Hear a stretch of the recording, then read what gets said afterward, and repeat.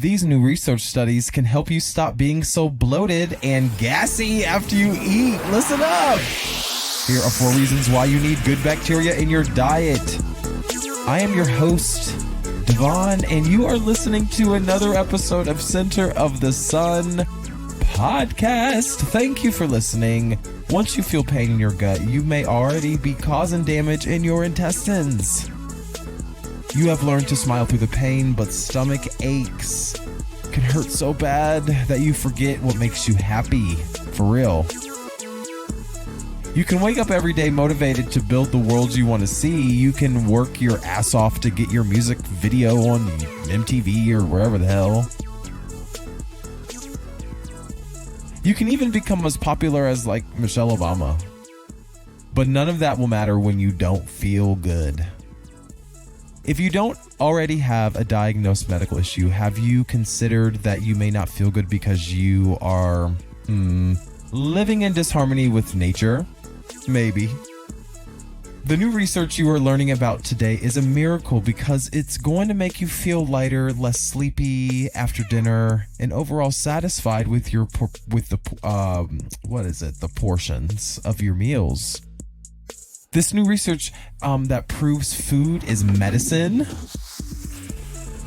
It can even prevent health issues down the line. When you go a little too hard at Popeyes, that chicken sandwich though, woo, Chile. All you must do is listen and open your mind. Remember, you are a supreme being and you cannot be contained in this physical reality. Once you find why you are so unique, you'll understand what I'm talking about. Until then, check out the link in the description. Thank you. So apparently there is a fermented food group that you have neglected your entire life. The International Journal of Food Properties, I'm going to abbreviate it, IJFE, published an article in February 2019 detailing all the new probiotics they have in their database. Like, what? Scientists from all over the world have confirmed that there are nearly, or might I say exactly, 1,730 known active good bacteria that naturally are supposed to be a part of our food chain. Imagine that. Imagine those apples. Well, when was the last time you ate food that contained active cultures? You've been eating pickles and drinking milk and taking probiotics and drinking water and doing all those good things. You think you have been doing the most to stay healthy as well, but have you considered what happens when you do nothing? I've asked this question in previous episodes, and that is where ferments come in. The journal abbreviated IJFP defines fermented foods as organic food prepared in such a way that when left at room temperature long enough, good bacteria can grow. It's a cycle. We feed them, then they perform a symphony of chemical reactions that create the vitamins and minerals necessary to prevent diseases like cancer and Alzheimer's. Yes. There are medications and dietary supplements, but sometimes our best attempt at health is only achieved, or our best attempt at health only achieves the opposite, and that is creating disharmony with our environment by creating disharmony within our bodies because we are part of the environment. So in previous episodes, we discussed author Bruce Lipton, who wrote a book called The Biology of Belief, and what he laid out very well for us. I'm like, oh my God, I gotta like shift my world here. Like, oh my God. But anyway, he laid out a new model of how we should be looking or how we understand how our body works and like what the fuck is like DNA and what are genetics and like what the hell is consciousness. Like he answers he hypothesizes and then answers his hypothesis very well, actually, in various ways. But he proposes that disharmony with nature is a major factor because we are a part of nature, and nature doesn't do nothing but get up every day and do what she got to do. And then she is constantly, through the receptors of every organism, including us, constantly surveying this planet and trying to adjust her, you know, her whatever goodies. I don't know. But basically, that's why we have cancer. So instead of thinking that, oh, we have something wrong with us and it is cancer, and then therefore we die because nature just made a mistake and those cells kept dividing and we didn't have no choice because our grandma had it. So like that's how it goes. Duh. No, but Bruce Lipton says no, because DNA has a structure, and then it has a copy RNA, and then there are like several other mechanisms that are automatically activated when there's an issue with any part of our DNA. So like Mother Nature has like redundancy upon redundancy upon redundancy for ensuring that like mutations don't occur unintentionally. So if we think about our notion of how we understand cancer and disease, we think that there's something wrong with the body, but Bruce Lipton proposes that actually we're being murdered by nature. Like, I don't know how else to propose it, because we deserve it. And not because of any one person, but because at a species level, we are like doing the most. Like, and we know it, and that's fine. And that's why we're trying to take supplements, and that's why we're all like, oh shit, like, let's be vegan, guys. Like, no, you know, like that's why we're here. So but I don't want to have cancer. And I think that is what's informing me a little bit of fear, because it's weird. And if I do, I have good health insurance, and you know what? Do not take me off life support. I say that right now. Save my ass, because you don't know who could come back. But I don't want to be a vegetable though. So you know what? Make the right decision. Get a third party to help you, you know, in the event that happens. But we're not going to dwell. In the event that you die, you know, invite me to your funeral. See you in the afterlife. I mean, it is what it is. Humans are great. And I believe, you know, that this reality is just the beginning. So anyway, there are various medications that you can take and dietary supplements that you can take, but sometimes your best attempt is never achieved. Never achievable. Your goal is never your goal is never achieved, even if you make your best attempt. I am so sorry. I'm like, I don't even know what I'm trying to say right now. I didn't write it down, clearly. Didn't practice before I came, but a lot of times medical treatment creates more harm than good, and that's because it's humans practicing medicine. So you know that the organisms already live inside of you. That's why when you get sick during the winter or after the condom breaks, there are all kinds of bacteria, good and bad, that you may encounter, and you must be intentional about consuming good bacteria. Then you can continue to wash your hands after you take a shit, which kills the bad bacteria or washes them away, or whatever we do with them.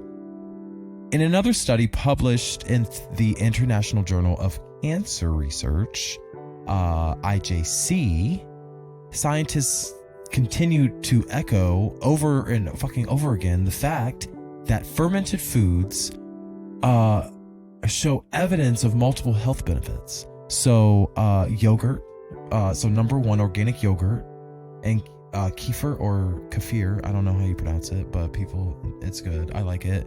It tastes like spicy. It's weird. It tastes like a spicy yogurt. It's good though. Like effervescent yogurt, but like, why is it spicy? Like, it kind of burned my throat, but I'm like, oh shit, this is real. This is like alcohol. But it's like, you can tell there's like something in there. I'm like, oh my God. But yogurt is good.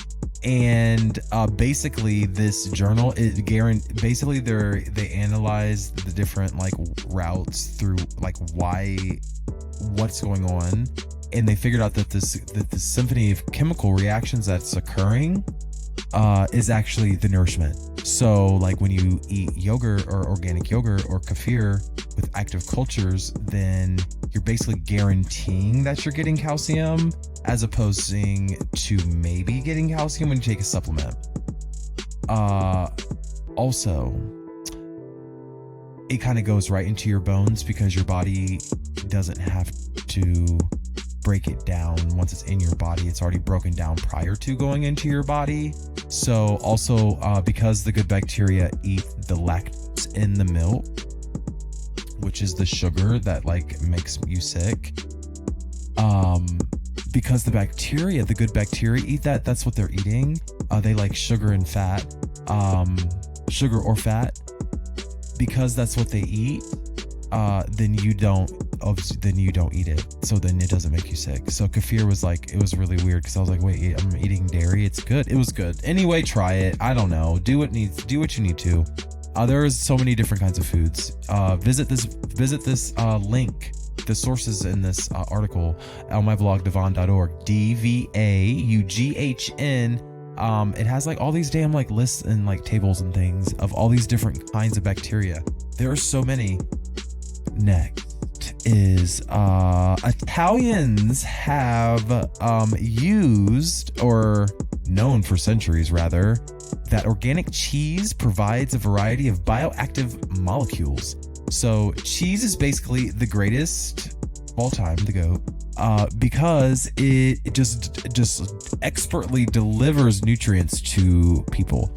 And unfortunately in America, we like pasteurize it and shit. You got to get good organic cheese, not sterilized cheese, stinky cheese. That's why it stinks. Then something that's really gross, but like people ferment also like cheese and milk and stuff, like they do meat and eggs. And I don't know nothing about it. I just know that it helps people not starve to death. So I'm like, praise the Lord, amen for fermented meat. I don't know. It looks rotten. I cannot.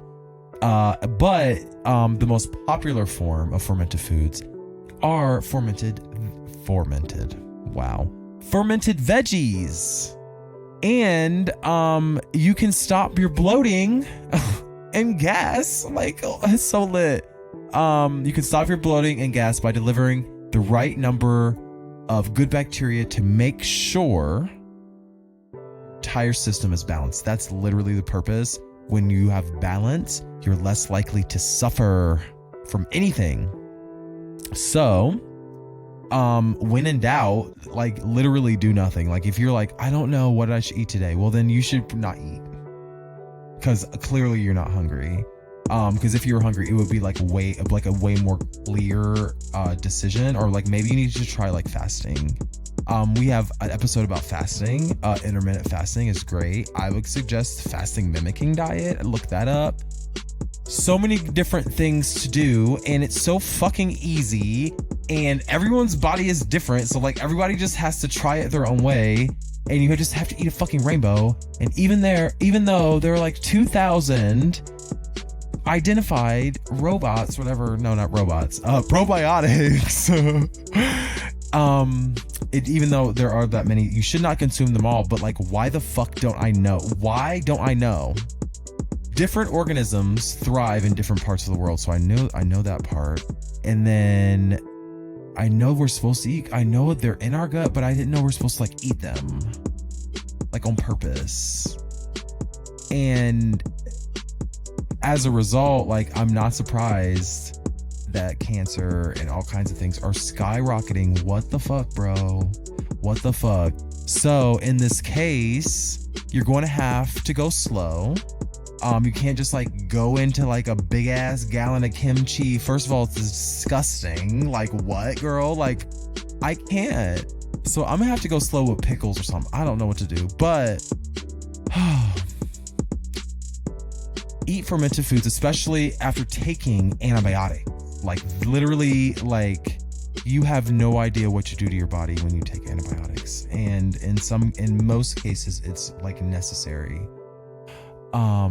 I would say start mixing organic raw so this is what I did. I went to Walmart and I got some apple cider vinegar, raw organic apple cider vinegar. I got some spices and I got some organic cold press olive oil to make a vinaigrette, because that's all I can do with active cultures. But there's active cultures in stuff like that. Other than that, you can make homemade sauerkraut. You can look this shit up. It takes like 2 or 3 days to rot, or ferment rather. I'm like, oh my god. But we're supposed to we have to eat it, because when I was talking about earlier, I think we're missing like a huge part of our diet. So I'm gonna start with the vinaigrette for lunch and maybe some yogurt for breakfast, organic yogurt or some kefir strawberry flavored at Walmart was good. I'm like, it was okay. So I liked it. It was spicy. It's good. So there are plenty of resources on the internet. I encourage you to go, search for a few things. Interestingly, at the bottom of the article at devaughan.org, dvaughn.org, has the sources listed for today's articles that I discussed. But I want to hear your thoughts. Please, shoot me an email, host@centersun21.com. There are so many microorganisms and I want you to check them out, because who knows, you might be missing like a whole family, and you might live to 155. You never know. Look at God.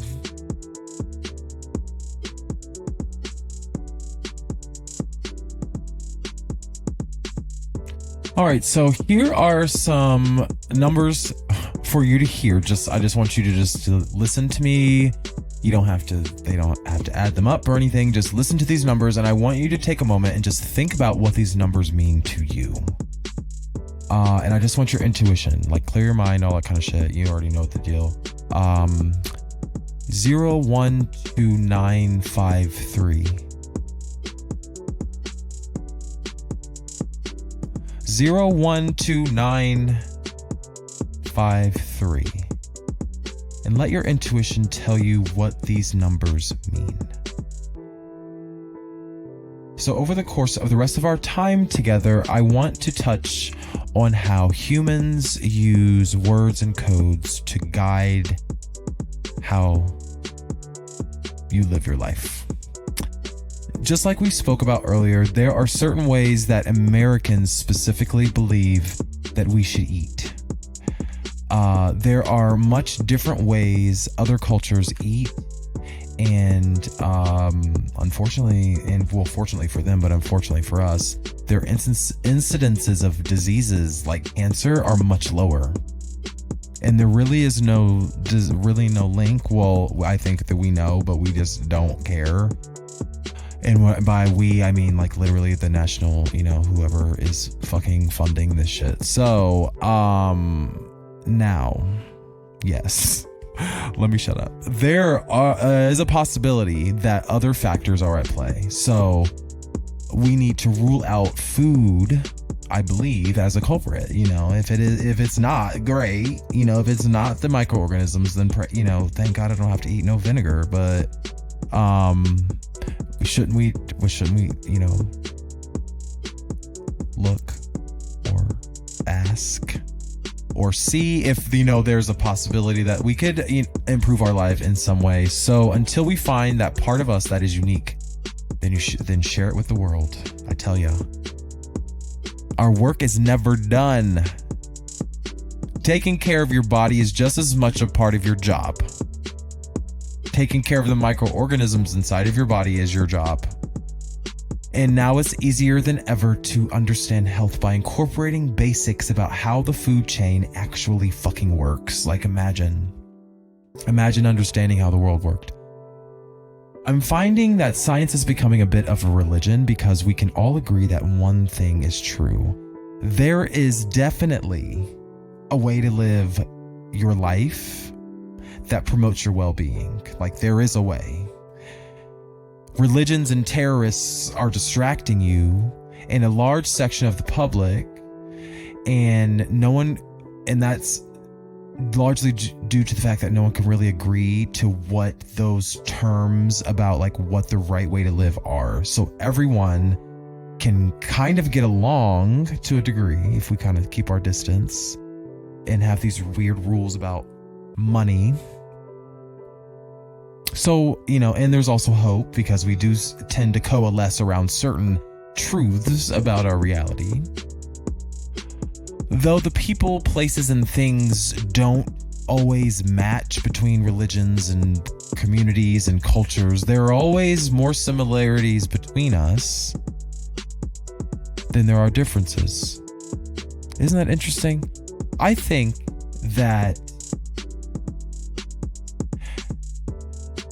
that is what this path of enlightenment that we all are on is about.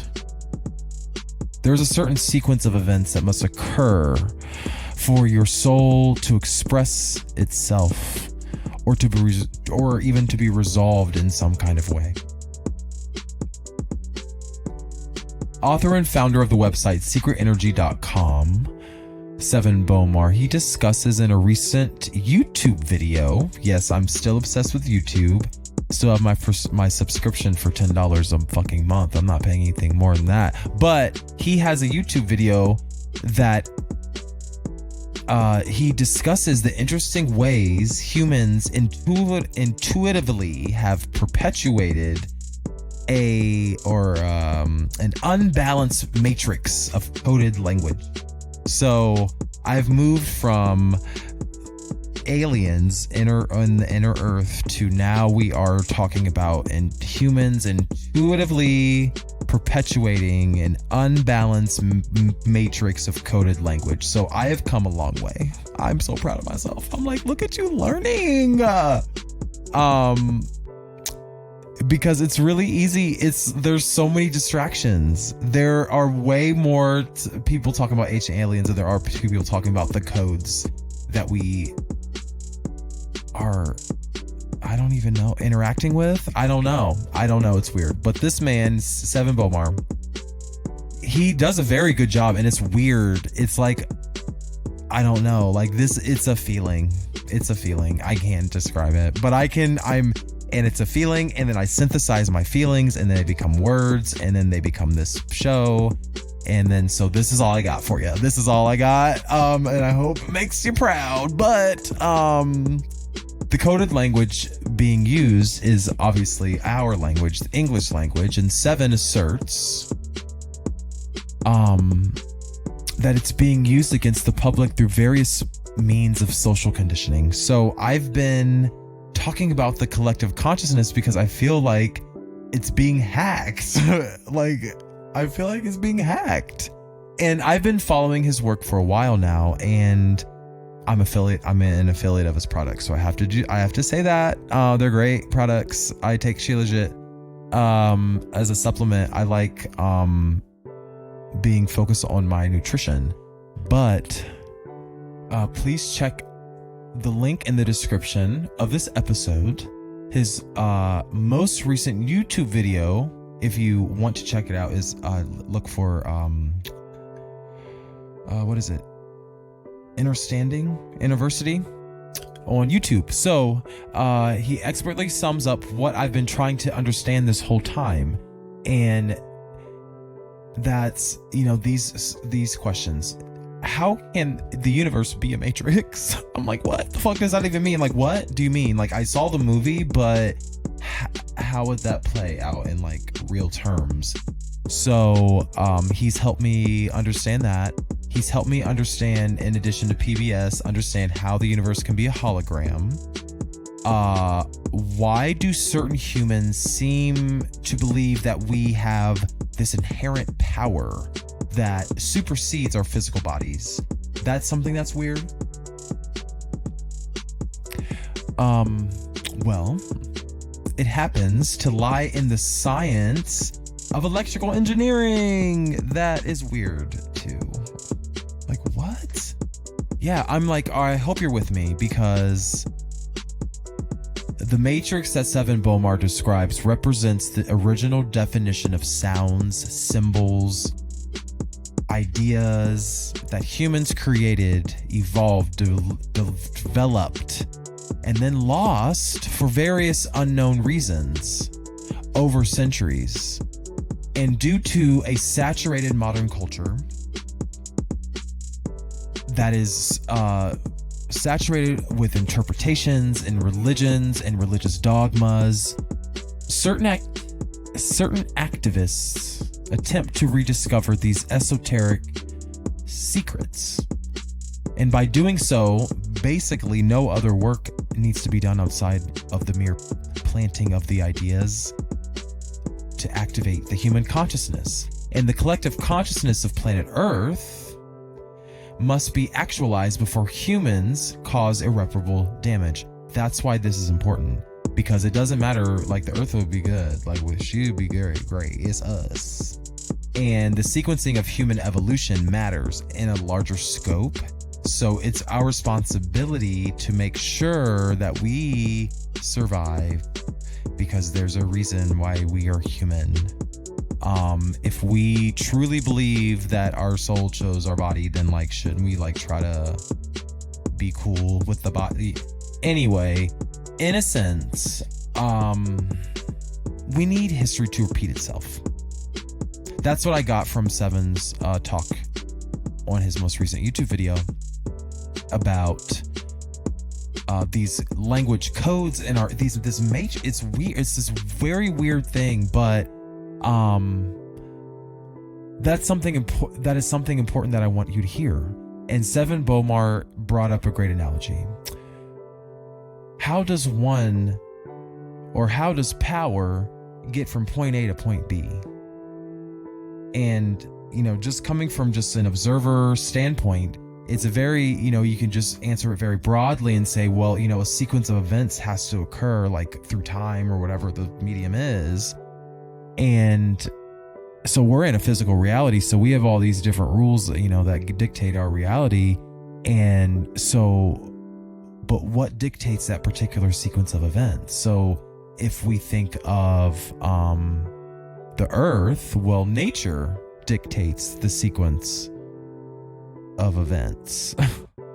And for some reason, humans have forgotten that we are a part of nature. I'm like extra confused. Like, wait, hold on. When nature has an issue, she readjusts.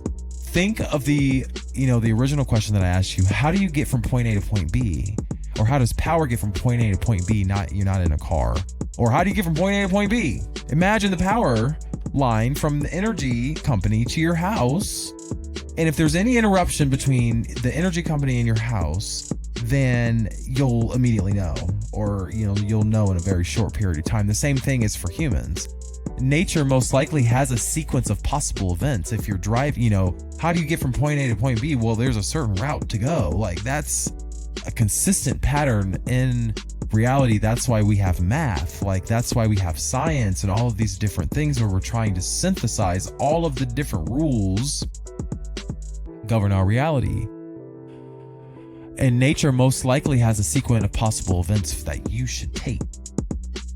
But you have to when was the last time you consulted with nature? I'm talking to myself right now. I'm like, whoa. And well, it's it's something to consider. How do you consider that? How do you consider consulting with nature? That's probably going to come when you spend some quality time with her. I don't fucking know. I don't even know. I barely even like swimming, damn it. But what does it have to do with anything regarding your daily life, though?